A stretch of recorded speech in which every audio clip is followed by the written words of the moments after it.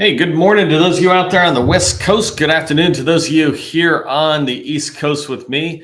I'm excited to see a whole bunch of people here. It's always interesting when we have a smaller amount of people who are registering to say they're attending, and then a whole bunch of people show up. We always have at least 100% more people than register. If you ever feel generous, click on the register thing on LinkedIn because it spreads the word to more people that this training exists. And then when they come in, they also are engaging you. And so you get to grow the community you're in. I like to start off with a thank you to those showing up early and on time by giving you a little extra tip for showing up. And today's tip is it's a little different one, a little interesting one, and it's a little self-serving maybe. But I just posted yesterday a newsletter article an event that is down in Georgia. I've been asked to do a keynote or general session, opening session speech down in Georgia at Morehouse College, which is just an incredible honor for me. And so I put out a LinkedIn event on there. There's 8-10 speakers in there. And what I'm recommending you do is, one, if you're in Georgia, go attend it. It's a great event. Donald Lamar, who's one of our connections and in the community here, he's running the show. So he would really appreciate if you engage. But my tip for you is when you see events like that by people like me, who are probably going to promote it pretty heavily, get in there, engage it. Say something like, hey, I wish I could be there, right? I just did that with some Navy Gold Coast folks and was able to connect with some contracting officers by saying, I'm sorry, I missed that event in California. Maybe we can connect offline or something. And this is a tip for you, is that when you see somebody do an event like I'm doing, that's an in-person event, and they're going to be doing some pretty heavy promotion on it, if you get in and engage with a thumbs up or even a comment that says, sorry, Neil, I wish I was down in Georgia. I'm not going to be there. I'll catch you the next time when you're out here in this location or something. You're in the comments. And then when other people come behind you, they kind of browse it for a second. You know what it's like. Like you look and you see, well, who else is engaging this? What are some of the comments? And it's a great way to increase your visibility. If you've got a headline on your LinkedIn name, you're going to go to town. So that's just a quick tip for those of you showing up early and on time as a way to say thank you. I was going to sit there and try to do a shout out to everybody who was showing up early and on time, but there's just too many of you. And I'd rather save the time for training here. Let me just turn my streamer off there, get the tech in a row. We're going to dive into today's training around how to hear about 8A direct awards in the federal market or in federal agencies. Okay, I think we're good to go here on my slides. Hopefully we are, and I'll just watch for a second. But let's get started with how to hear about 8A direct awards in the federal agencies. This is really important to me because we're at the end of the year, the end of fiscal year 2023. Today is August 1st, and there's a lot of fun in front of us, excitement in front of us for the next 8 weeks or 9 weeks, whatever it is, August to September. When you think about the activity, especially as it relates to direct awards and who's going to win them and how do you win them, whether you're an 8A or not, you get you join other people who are 8As and perhaps go after work together. As we go forward in the end of the year here, some people are going to make it happen. Some people will get those direct awards. Some people are going to watch it happen. How come it's not coming to me? How come no one's knocking on my doors? And some people will wake up in October and say, well, wait, what happened?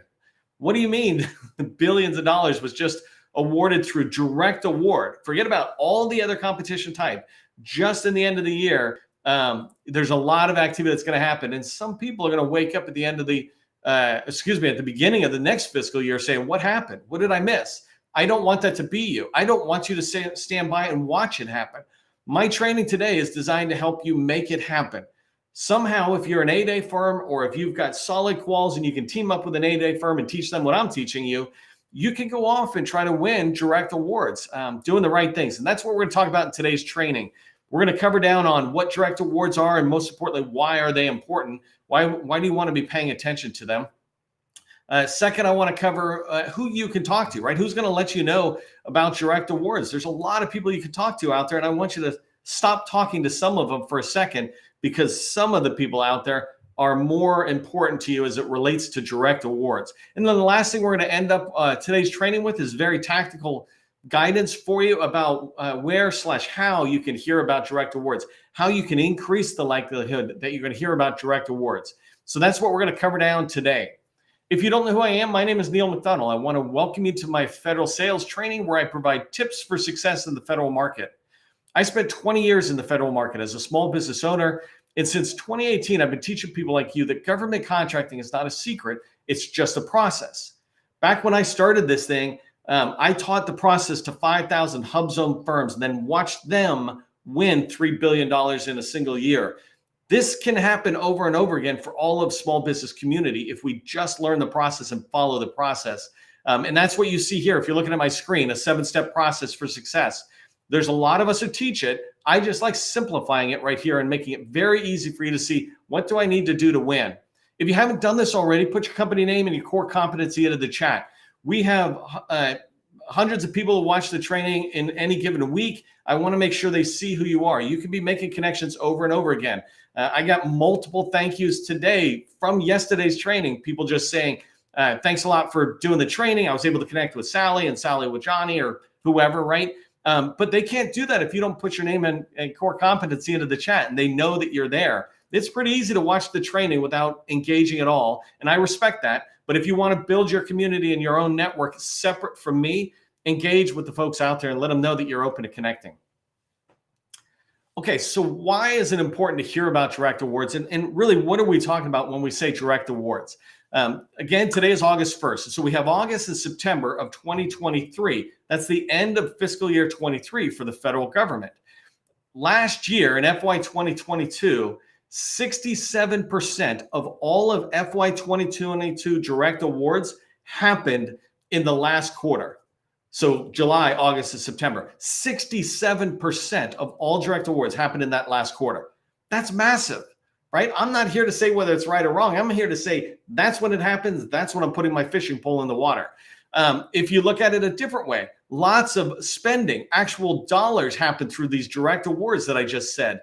3.5 billion happened in just the last 2 months of FY 2022. $3.5 billion was direct awarded to 8A small businesses. There's only like 6,000 of you. And this happened in August, September, FY 2022. The chances of it happening again is really likely because this happens. It's end of the year spending.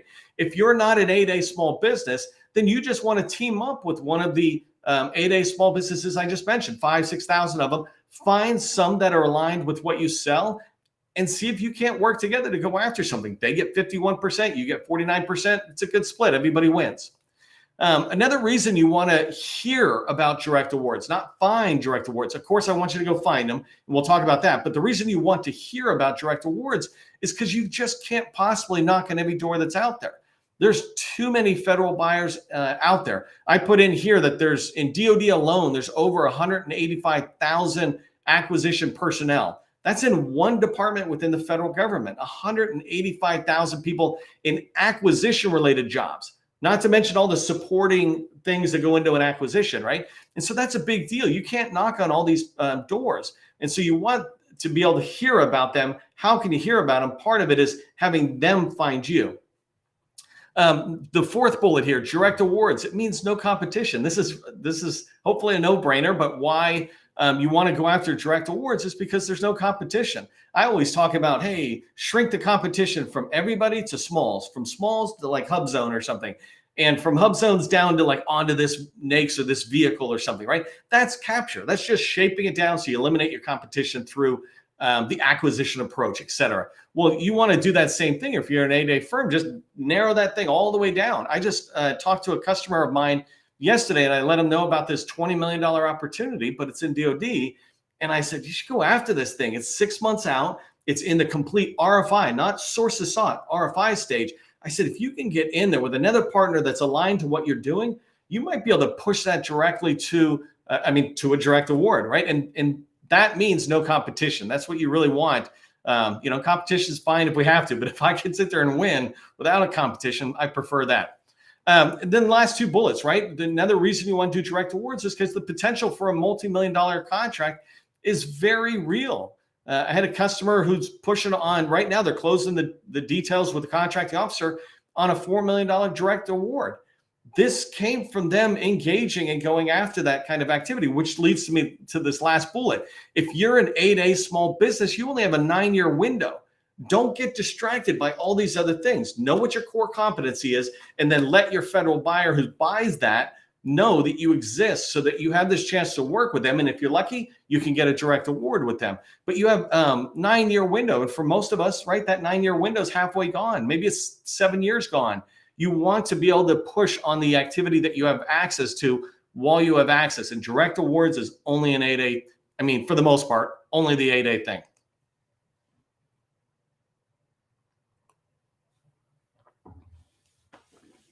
By the way, if you haven't trained with me before, I move at a fire hose pace, solid information, solid tips at the end, but I get thirsty.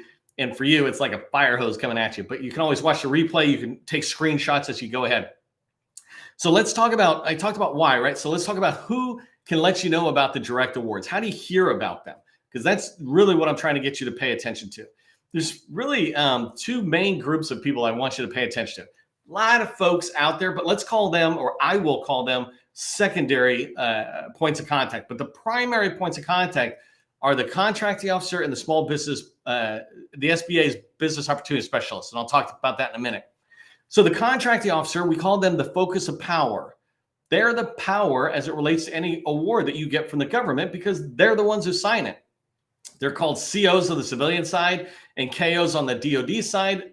You don't know this because CO stands for contracting officer and KO stands for contracting officer. But in the military, we call our bosses commanding officers and they're the CO, blah, blah, blah. So we call them KOs. But either way, the contracting officer is the one who signs the contracts, right? That's a really important thing. In the end of the year kind of activity, they're also moving at light speed. Things are coming across their desk. They got a bunch of stuff. In my, when I was talking about I've been a small business owner for 20 years, I've been awake at like 11:59 on September 30th, signing a deal with a KO on the phone. Like we're trying to knock it out so it can get done by midnight. They work extremely hard in the last, they all the time. But in the last 2 months, they work extremely hard. In the last 2 weeks, in the last 2 days, in the last 2 hours, they are just going gangbusters to get off their plate as much as possible. And so you need to be visible. You need to be able to make sure that they're aware of you because they're one person, one type, one role who can let you know about opportunities and direct awards, et cetera. Their counterpart is the contract specialist. Often the contract specialist is doing the bulk of the work and those KOs are just signing it. They're just lazy. Nah, just kidding. But the contracting specialists work just as hard, if not harder, because they're doing a lot of the interaction with industry, interaction with the program office. They work neck and neck with the contracting officer. Just that KO is the one who's doing the signing. But that's another one that you really want to be tracking. To me, they're kind of the same group, though. The acquisition person or personnel on opportunities that you want to go after. That's a main one that you're going to hear about direct awards. And I'll talk about what you need to do in a minute on how to reach these folks. And then the SBA, the business opportunity specialist. Most of us know we have, for 8A firms, we know that we have a boss, a business opportunity specialist, and they're located in the district office. These folks are tracking together with 8A firms to be able to help them navigate agencies, go after opportunities, as well as hearing from the agencies who reach out to the district office and to these bosses and who are saying, hey, I'm looking for an 8A firm that can do blah, blah, blah. Can you do that? I have customers who have told me stories where that's exactly what happened to them. Is their business opportunity specialist was this liaison between an agency and this person. That's how they heard about an opportunity. And so you want to make sure you're tracking on those folks. And I'll dive more into that as we go along. One group that I really want to just set your mind straight on is small business specialists. They're gatekeepers, right? And we can go back to it in a minute. I have small business specialists and a lot of people who watch this training. I'm not talking about the good ones. I'm not talking about the great ones.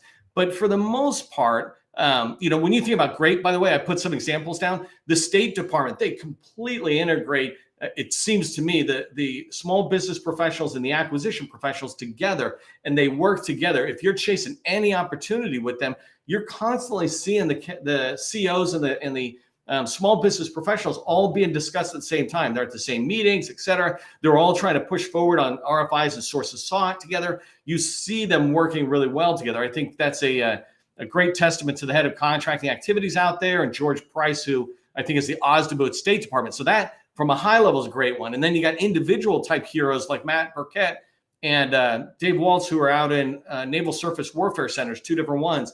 and Dave is always on their training here, but they're great and they interact with their contracting shops. And so they're aware of what's going on, but that's not always the case, right? A lot of times this bottom bullet, so many small business professionals, they're not really that engaged. And sometimes they're just held back. They want to be engaged. They can't get engaged because the KOs and the acquisition shop's not really talking to them. Maybe they're in a whole different location. I don't care what it is. They're not that engaged and on a regular basis. And then as you move forward to the end of the year, they just can't be that engaged because the contracting officer is just moving so fast through things, the contract specialist, and they're just doing a lot of their own market research or figuring out what's going on. And then in the middle there, I put the gatekeepers, right? They're busy fielding all of us small businesses, reaching out to them. I'm not knocking them. What I am trying to say is when you look about where you're putting your energy, small business professionals to me, in the end of the year spending kind of come to this category of a second tier phone call that you make. That first tier is as an 8A, your business opportunity specialist and the acquisition shop. You need to be in that acquisition shop.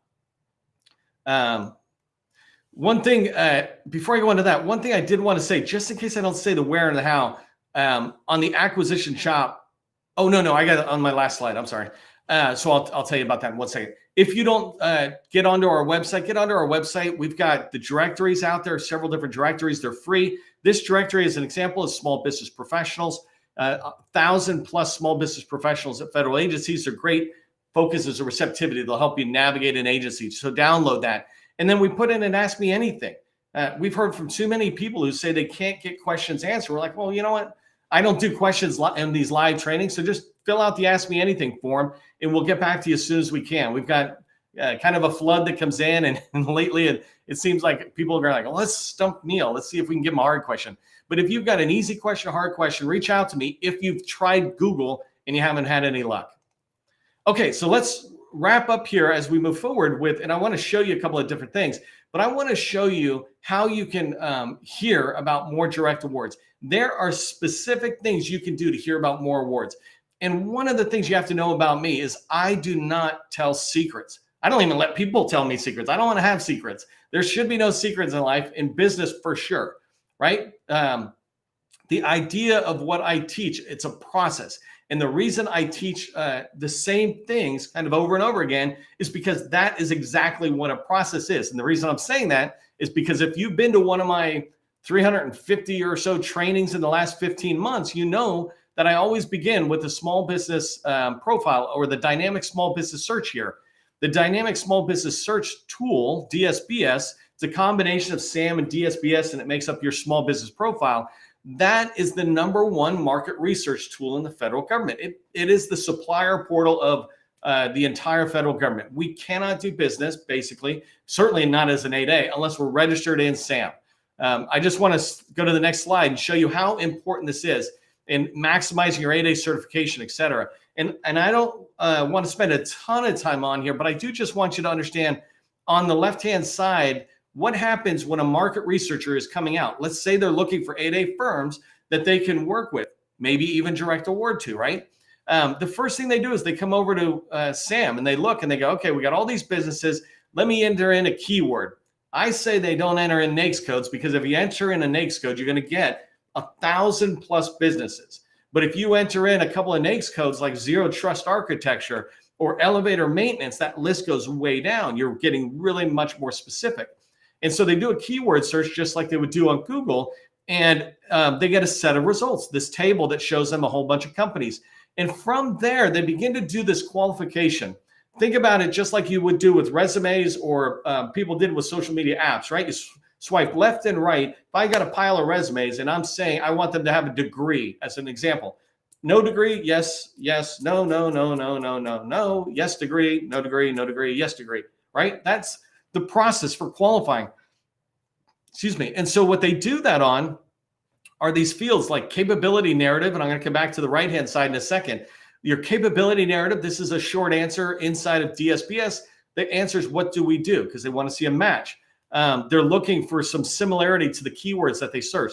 And then the next thing they're looking at is your experience. So they look at what you say you sell, and they go to the very bottom and they see experience. So that's market research, right? Let's just go over to the right-hand side for a second.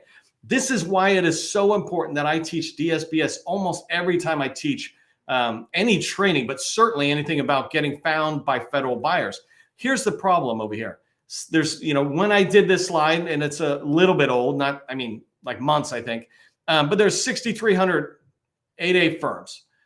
Of those, the first thing that I see, and the reason I'm putting it here is because it kind of impacts what the buyer or the market researcher is doing when they're checking. The first thing they see is this do not accept credit card.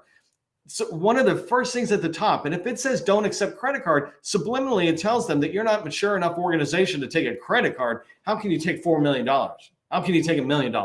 You can't even take a credit card. That's a simple yes or no in SAM. Just go in, click, and it's done. But the default is don't accept credit cards. Go into DSBS, change that. Coming down, I said keywords, and the next thing, 3,000 firms out of 6,000 have no keywords. They have 10 keywords. But you have this ability to have 525 characters to describe your company, and most companies, most 8As don't even have those. So coming down, the narrative, this one right here with 4,641, 4,000 or 4,600 firms barely have any capability narrative. That's where you're describing what you do. It's half full, so it's basically 500 characters or less. You're leaving out 500. And if you go to the second narrative, because there's two narrative fields right on top of each other, and go watch my training, all sorts of free training on this, 6,200 out of the 6,300 barely have anything in the second narrative. And so you're making it hard for buyers to find you. You're making it hard for yourself to hear about potential direct awards at an agency. And then coming down to the one that is really just so shameful that we let 8A firms go into this situation. I mean, we being those of us who support you, the SBA, the PTAX, the fact that we could let 75% of the 8A firms put no past performance in their profile it's not criminal, but it's bad. I don't like it, right? And the reason is because if a buyer or market researcher is looking at your profile and they get to the bottom, they go, oh, they got no experience. I need somebody who's got at least 2 or 3 experiences. And you're like, what? I got a lot. I have customers that I interact with, and the first thing I look at is like, hey, you got 30 past performances in the last 3 years. Get them in there. So when they come down, the buyer, the market researcher goes, whew, this is a risk-free company, basically, right? If I go with them to bring them in to talk, they clearly have been paid for the work that they say they do. And so that's a really important thing for us to pay attention to. And just because I got a little extra seconds here, you see at the bottom one, it says no secure website. 5,700 8A firms out of 6,300 have no HTTPS.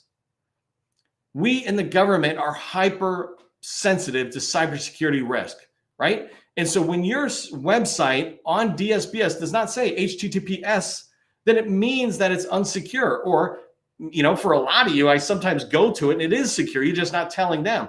Subliminally, it makes them afraid to click on your site. Worse than that, DSBS is not a smart tool. It's a database. And so when they do click on it, it often just errors out. You need to go to your DSBS profile and check these things. Click on the link for your own website and decide, does it even go? The SBA recently put capability statements into all of the profiles, but for 8A firms, they automatically populated it. And that means a lot of you have very old capability statements inside of your DSBS profile. So that was a lot there to talk about. That is a very important way to hear about direct awards, is when the market researcher comes into DSBS and does their search, you want them to find you attractive by what you say you sell, and you want them to see you as risk-free by coming down and seeing the experience. All right, so let's talk about the second way. The second way is the supplier portal. If the DSBS and SAM is the #1 supplier portal out there, there are many others that the buyers are going to, right? And so when they do market research, before they go to DSBS, if they have their own supplier portal, then they'll use that. So let me come over here. So this directory here, it's free on our website. We put this information out because it needs to be in your hands. I wish I had this when I was running my businesses. That's why we put such valuable information out for free, is because I don't want you to have to go through all the hurdles that I did. But here is a vendor supplier portal directory. And if you come down, you'll see on page 3, it starts with links, and when you see it blank, it means we're still digging, right? We're still trying to find it, but we're hoping there's something. But look at all these supplier portals for Department of Veterans Affairs, Health and Human, or DHA, the health agency. HHS has their own. It's a beautiful portal out there. And when you go, you'll find so few firms in there, but there's enough firms for the government to look in there, go, let me pull these 5 or 10 out and go away. So they'll never find you because you're not in there. Go to HHS, register, go to all these other ones. If you come down, you'll see some more in the DoD. And then on this directory, or in this portal directory, we also have all the large primes, right? The top 100 primes. We've got them in here, and their supplier registration. Almost every single one of them has a registration. And so that's an added value in there. Okay, and then the third thing you can do to hear about direct awards, right? I mentioned earlier about business opportunity specialists. You want to have a solid relationship with yours. What happens sometimes is we turn small business, or these business opportunity specialists, we turn them just into this school teacher or compliance person, right? It's like cybersecurity or CISO in an agency or a company. We're like, they're always just trying to make us do cybersecurity stuff. They're interfering with our ability to do the job. Well, only when we look at them that way. When we look at them as a partner in what we're trying to get done, we see so much more value. And so business opportunity specialists, you can see so much more value if you see them as more than just twice a year. I have to report to them. How about every 2 weeks, I'm going to get on a call for 5 or 10 minutes to just say, hey, Sally, I'm just touching base. I just want to let you know about something we did. Is there anything I need to be paying attention to that you're tracking on? Whatever it is, you build that relationship and you find out from Sally how often you can call. That's a good thing where you're not pestering, but they're there to help you. Don't avoid them. Figure out how to work with them. And they're the ones who make direct awards happen, right? When you do a direct award, it goes through these business opportunity specialists. And so you want to make sure you're engaging with them. Something else I mentioned, and we have a new directory. I must not have put it here, but we have a new directory of these business opportunity specialists. The information's out on the internet. You can find it. It's just in many, many places. And so we just took it for our own customers. Our workshop customers, we've got a lot of 8A firms. So we just took it, put it together in a directory. But what I'm recommending is you reach out and you call these business opportunity specialists that are not yours and see if you can do a quick intro. Can I send you a capability statement? Whatever. There's 6,000 8A firms. I guarantee you, I'm telling you this suggestion, not many will do it because it takes time to pick up the phone. But if you do it, now you've got more people who are aware of your company and who can let you know about potential direct awards. Remember, I gave an example of a district or an agency calling a district office. What if that district office goes, I don't know anybody, but you know what? I know somebody across the country who's been calling me. Well, I'll just put you together with them. They don't care. They want to help the government agency and they want to help an 8A. If they're helping you and they're helping them, then everybody it's going good for everybody. The last thing I wanted to mention is how you can hear about 8A's direct awards is make sure you're reaching out and talking to the contracting officers that love 8As, that do direct awards. My entire training yesterday was on how do you find agencies that do that. I'm going to do another training that is specifically how do you find contracting officers that love 8As. But for the moment, go watch yesterday's training and you'll see how you can find the agencies that love 8As because they're doing direct awards all the time. Why knock on doors of agencies and contracting officers who are not doing direct awards and didn't do it last year or the year before? Knock on the doors of the agencies and the people who are actually saying that they love working with 8As and they like doing direct awards. By the way, that directory of business opportunity specialists, I'll throw that in the sustaining members directory out there. So here's what I want you to remember from the training. As you move forward, one thing in 3 parts, right? Complete DSBS today. I rarely make mistakes, but complete DSBS today. Go in there.